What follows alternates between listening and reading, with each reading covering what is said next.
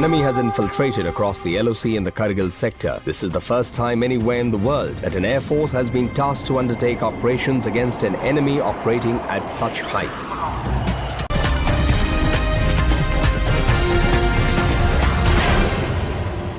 नमस्कार दोस्तों, मैं पंकज मेहरा एक बार फिर से आपका हार्दिक स्वागत करता हूं आपके अपने YouTube channel BRD English plus पे। तो दोस्तों, हम लोग प्रीपोजिशन पढ़ रहे थे और प्रीपोजिशन का अच्छा रिस्पांस आया है। बच्चों ने काफ़ी बोला है कि अच्छे प्रीपोजिशंस है और कुछ बच्चों ने बोला है कि एयरफोर्स का कलेक्शन है लास्ट ईयर्स का। तो एनीवेज जो भी हो, आपके एग्ज़ाम पॉइंट ऑफ व्यू से बहुत इंपॉर्टेंट है और इसीलिए हम लोग नेक्स्ट कुछ कंपाउंड प्रीपोजिशंस लेके आ गए हैं। बोर्ड पर आप देख सकते हैं 10-12 कंपाउंड प्रीपोजिशंस है। दोस्तों, ये आपको प्रीपोजिशन के क्वेश्चंस करने में तो डेफिनेटली हेल्प करेगा। उसके साथ में आप जब भी ऑफिशियल लेटर्स पढ़ते हो, आपके ऑफिशियल जो मेल्स आते हैं, तो ऑफिशियली इन फ्रेजेस का, इन कंपाउंड प्रीपोजिशंस का यूज़ किया जाता है। आप जब इन्हें पढ़ोगे तो आप पाओगे कि हाँ, इन फ्रेजेस को या इन कंपाउंड प्रीपोजिशन को हम लोगों ने काफ़ी बार पढ़ा है। तो आज का सेशन बहुत ज़्यादा इम्पॉर्टेंट है दोस्तों, ये आएगी और इसके बाद में मैं आपको बहुत इंपॉर्टेंट प्रीपोजिशंस जो एग्ज़ाम पॉइंट ऑफ व्यू से है वो करवाने वाला हूँ।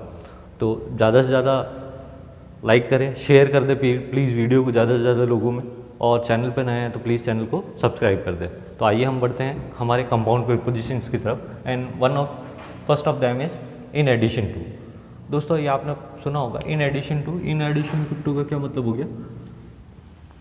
इन एडिशन टू मतलब इसके अलावा, इसके अतिरिक्त कुछ चीज़ ऑलरेडी है उसके अलावा। वी कैन से बिसाइड्स, ये आपने सुना होगा।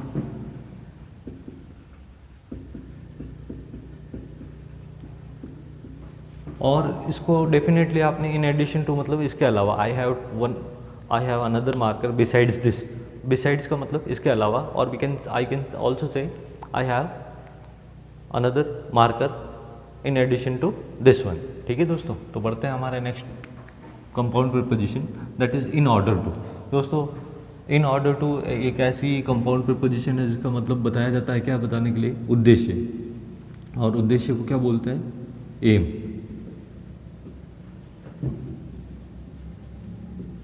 उद्देश्य को पूरा करने के लिए बताया जाता है और इसका मतलब जो होता है वो क्या होता है? समवॉट के लिए, कुछ के लिए जैसा। जैसे government has reduce farmer taxes in order to reduce farmer suicides. तो इन ऑर्डर टू मतलब के लिए। ठीक है दोस्तों, ये इसका मीनिंग हो जाएगा। इन ऑर्डर टू का मतलब के लिए।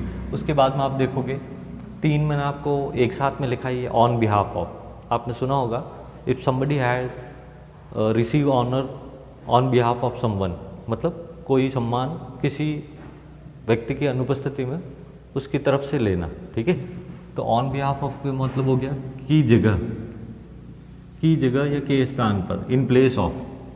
ठीक है, तो दोस्तों ये तीनों का एक जैसा सा मतलब है, in on behalf of, in place of, लेकिन आपको ध्यान रखना है इसमें इन और ऑफ आएगा और इसमें ऑन। और एक ये बहुत ही अच्छे लैंग्वेज जब आप पढ़ते हो तो वहाँ पे दे रखा होता है इन lieu of. In lieu of, तो इन ल्यू ऑफ का भी क्या मतलब है? जो मतलब ऑन बिहाफ ऑफ का मतलब है, जिसका मतलब की जगह, और इन प्लेस ऑफ का मतलब भी क्या है? की जगह, ऑन बिहाफ ऑफ समवन और समथिंग। ठीक है,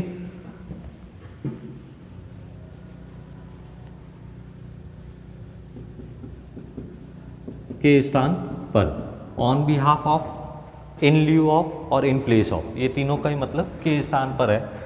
एक और चीज़ से मैं मतलब समझा देता हूँ आपको। जैसे किसी को मरणोपरांत पोस्टोमस जो ऑनर मिलता है, तो वो व्यक्ति खुद तो नहीं ले सकता है, तो someone receives that honour on behalf of that deceased person.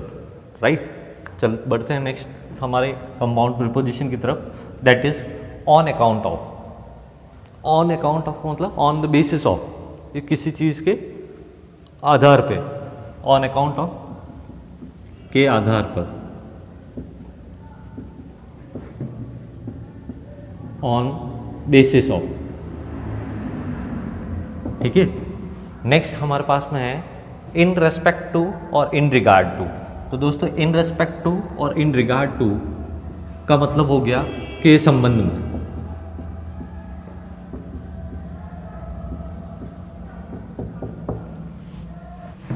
माफ़ी चाहूँगा दोस्तों, अभी जोधपुर में नगर निगम चुनाव चल रहे हैं, तो उन चुनावों में बहुत सारे प्रत्याशी खड़े हुए हैं और विभिन्न जो प्रत्याशी है अपनी अपनी रैलियाँ निकाल रहे हैं, तो उस रैली की वजह से हमारी क्लास जो है थोड़ी सी डिस्टर्ब हो गई। I hope you don't mind. तो आइए बढ़ते हैं। मुझे नहीं पता मैं किस जगह पे था, लेकिन आई थिंक मैंने इन तीनों को मतलब बता दिया था। On behalf of, in लिeu of और इन प्लेस ऑफ का मतलब के स्थान पर होता है, ऑन अकाउंट ऑफ के आधार पर होता है, और इन रिस्पेक्ट टू और इन रिगार्ड टू की बात की जाए, इन रेस्पेक्ट टू और इन रिगार्ड टू, तो इसका मतलब है के बारे में। जैसे suppose I have wrote letter to SSC, तो मैं उनको बताऊंगा मैंने ये किसके बारे में लिखा है, तो I will write I had wrote this letter in respect to the issuance of admit cards. ठीक है, ऐसा। बाय मीन ऑफ, दोस्तों बाय मीन ऑफ का मतलब क्या हुआ? बाय मीन्स ऑफ का मतलब हुआ बाय मीन्स ऑफ, के द्वारा, किस चीज़ द्वारा आपने कुछ चीज़ अचीव की है। जैसे मैं बोलूँ कि जैसे कोई बदमाश है, he has earned all his wealth और money by mean of forgery, by mean of dishonesty, that is by dint of. By dint of का मतलब होता है के बल पर, के दम पर। जैसे किसी व्यक्ति ने या किसी बच्चे ने सिलेक्शन सिक्योर किया है on the basis of his own hard work, तो ऑन द बेसिस ऑफ भी बोल सकते हैं, ठीक है, लेकिन on the basis, on account of होगा के बल पर या के दम पर। इन सर्च ऑफ, दोस्तों इसके बारे में एक और कंपाउंड प्रीपोजिशन है, in quest of. In quest of का भी मतलब क्या हुआ? इन सर्च ऑफ, की तलाश में। बचपन में अपन ने जो कहानी सुनी होगी कि एक प्यासा कौवा था, इधर उधर घूम रहा था, भटक रहा था, किसकी खोज में? इन क्वेस्ट ऑफ वाटर और इन सर्च ऑफ वाटर। ठीक है दोस्तों, तो आई होप आपको समझ में आया होगा। तो इसी के साथ में हम प्रीपोजिशन का जो इम्पोर्टेंट कॉन्सेप्ट है उसकी तरफ चलते हैं।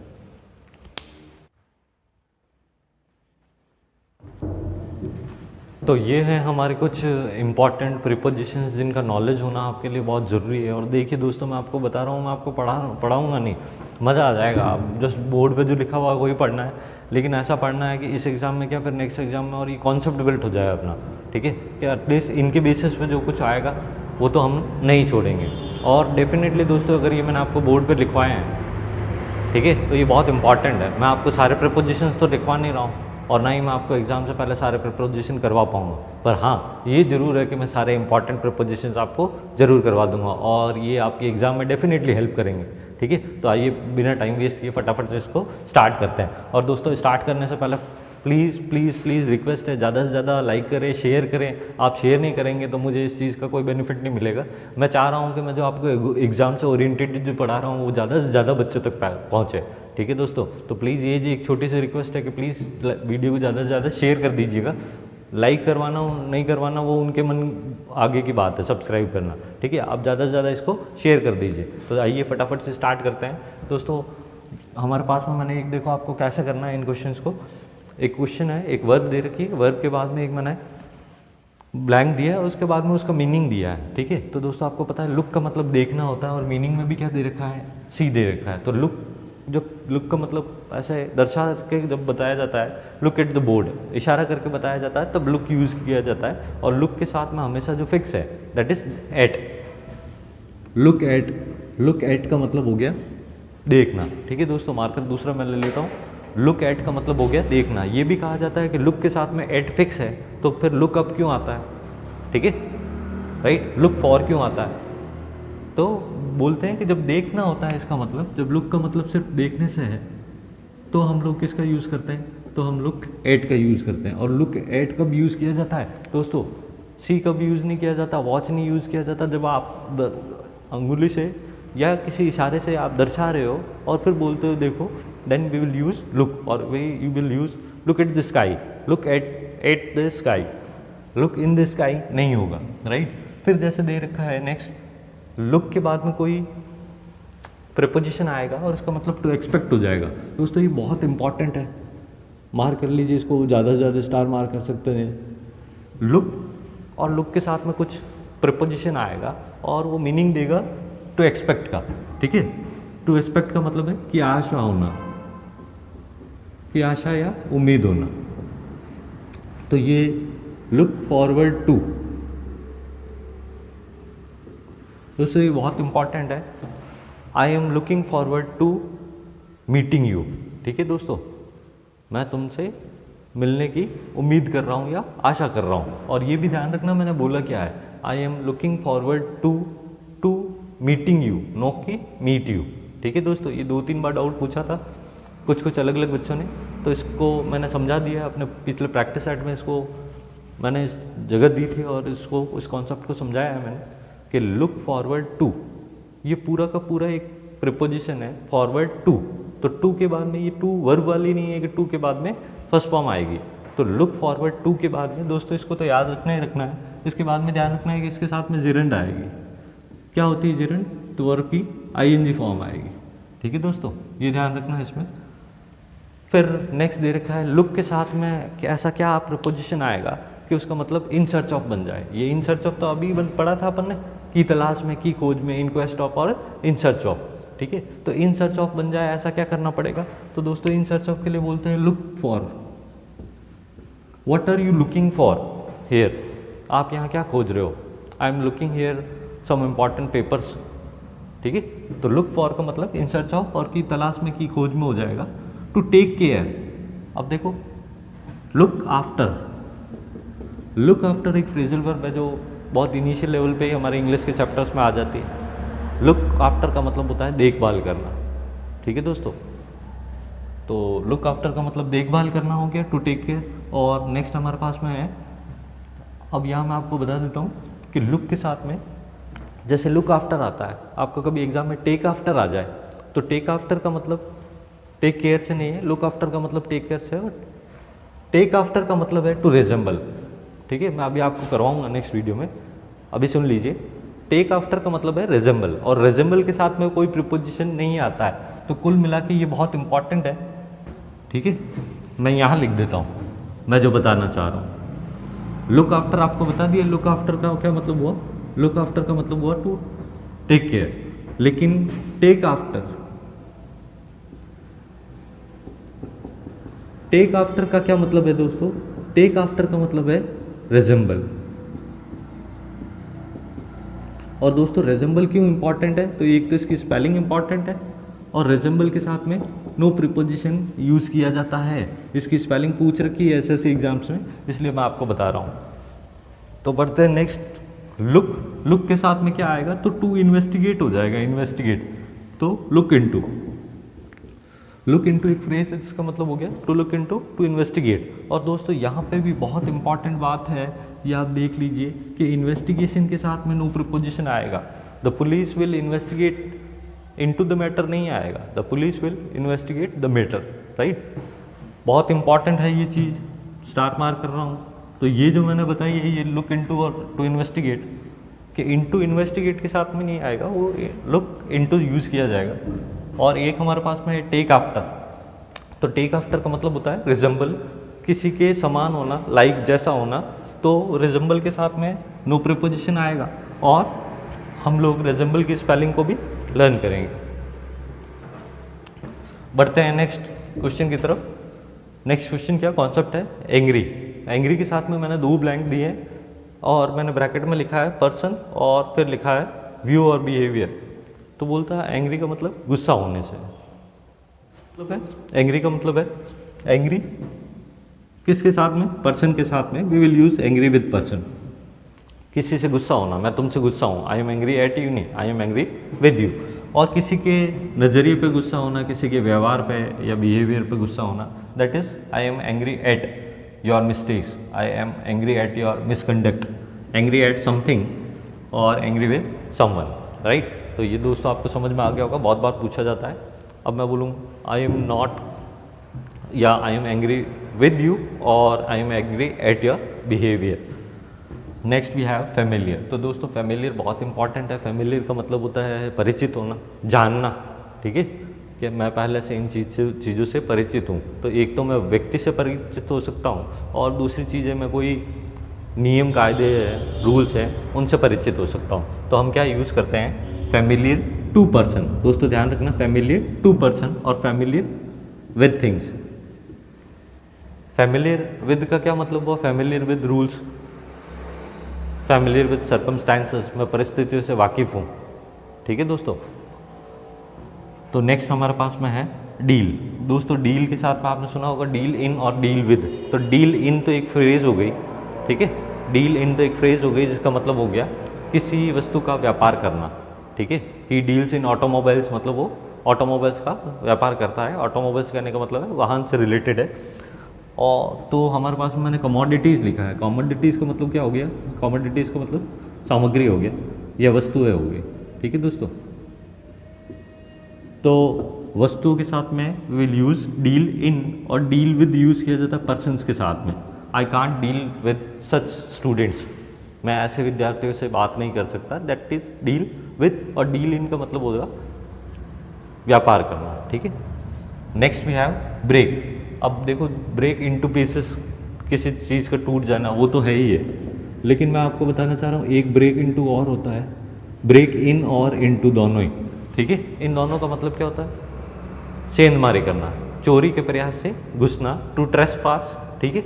बर्गलर जो करते हैं, the burglar broke into the house yesterday. दोस्तों ये सेंटेंस बहुत बार आया हुआ है, ये sentence, the burglar broke into the house yesterday. तो ब्रोक इनटू, ब्रेक इनटू की फॉर्म है, ठीक है। आधे लोगों को तो अभी यही नहीं पता होगा।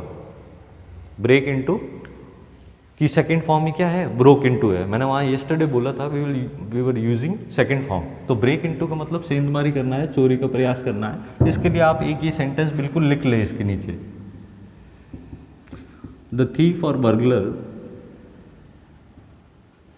broke into the house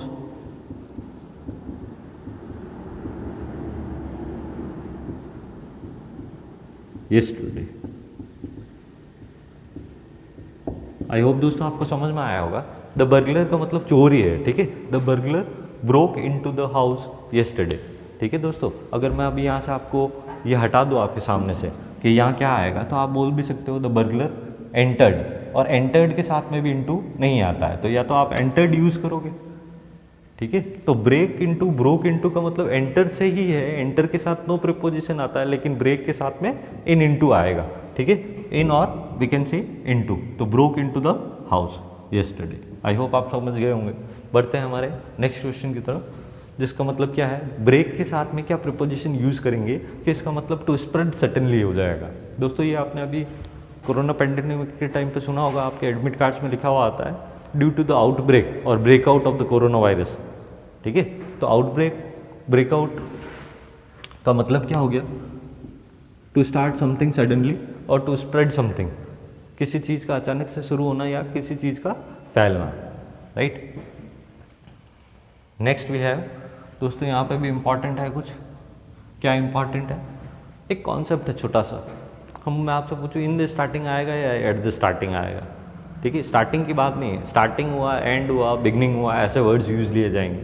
तो मैंने बोला fill in the blanks, in the end, sorry in बोल दिया है मैंने, in the end, in the beginning, in the starting. The आएगा क्योंकि ये तीनों ही क्या है, डेफिनेट पॉइंट है, ठीक है। तो यहाँ द यूज़ करना है आपको, इन the beginning, in the starting और इन द एंड। तो यहाँ यूज़ किया जाएगा इन। दोस्तों आप देखना खाली ये इसका मतलब सिर्फ शुरुआत में है या अंत में है, लेकिन किसी चीज़ के शुरुआत में तो वी विल यूज़ एट। जैसे इसमें देखते हैं, ये आप बहुत फेमस ही फ्रेज है, eight the end of the day, right. तो एट द एंड नहीं आएगा, अगर यहाँ तक होता तो हम लोग यूज़ करते इन द एंड, लेकिन in the end of the day नहीं होगा, we will use at the end of the day. ये फ्रेज है, फेमस है, इसके लिए लिखी है, बाकी आप कुछ भी यूज़ कर सकते हो।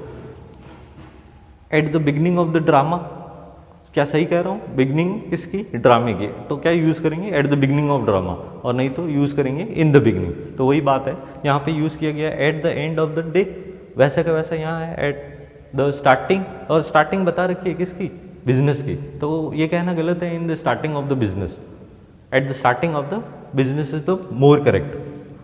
आई होप दोस्तों आपको ये चीज़ समझ में आ रही होगी, और नहीं आए तो प्लीज़, ये कॉन्सेप्ट बहुत इंपॉर्टेंट है। वीडियोस बहुत छोटे हैं, लेकिन आप ज़रूर देखें इनको, इन कॉन्सेप्ट को समझें, ठीक है। ये बहुत इंपॉर्टेंट है और बहुत आपको समझ में आ जाएंगे। It will boost your confidence, ठीक है। तो आप अच्छे से एग्जाम दे पाएंगे। Next we have put.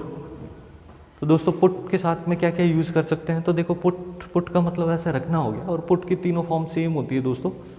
Put का मतलब है रिमूव और अनड्रेस के खोलना। तो ये आपने कई बार देखा होगा, दुकानों के बाहर लिखा हुआ होता है, या किसी जगहों पर लिखा हुआ था पुट ऑफ। और ऑफ कौन सा दोस्तों, ये नहीं, मैंने आपको पिछले वीडियो में बताया था कि OFF का मतलब होता है किसी चीज़ से अलग करना। तो हम लोग कुछ उतारते हैं तो we will use put of.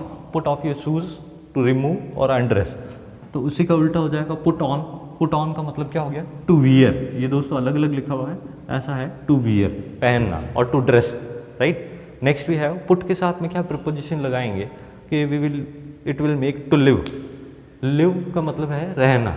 तो पुट अप, पुट अप का मतलब क्या है दोस्तों, रहना। अब आप बोलोगे सर पुट अप का मतलब तो कुछ चीज़ उठाना है, रेज करना है, जैसे they have put up some questions, ठीक है। तो पुट अप का मतलब उठाना है, वो आपको पहले से पता है। तो मैं आपको बता रहा हूँ पुट अप का मतलब टू लिव होता है, रहना होता है।